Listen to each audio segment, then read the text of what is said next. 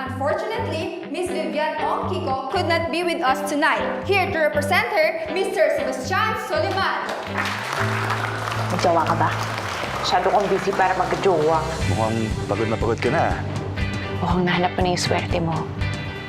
Congrats. May gagawin ka pa ba? Pagkatapos dito?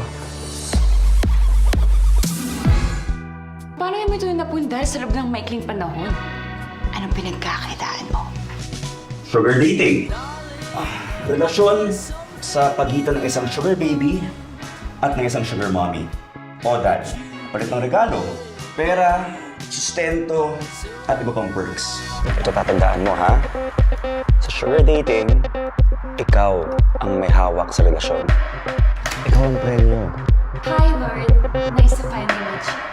Can I take a mic home? I got carried away kasi ang lovable mo. Sabi ng ganang kadate ko, pwede ko daw dito i-celebrate yung birthday ko sa Tuesday. Sagot daw niya lahat. Josie, sa sugar dating, hindi na siya tungkol sa pagpapaka-authentic. Meron kang ginagampan ng isang role. Yung ba yung dahilan ko bakit nawala yung interest mo sa akin dati? Hindi ka pa nakakausap, no? Baka ikaw! Alam mo kung ano yung naging problema natin? Hindi naging klaro kung ano ba talaga yung gusto natin mula sa isa't isa. Kaya nga mas gusto ko itong sugar dating eh. Klaro lahat. No strings attached. No sentimental bullshit. No money or favors involved. I'll get mine, you'll get yours. Make out?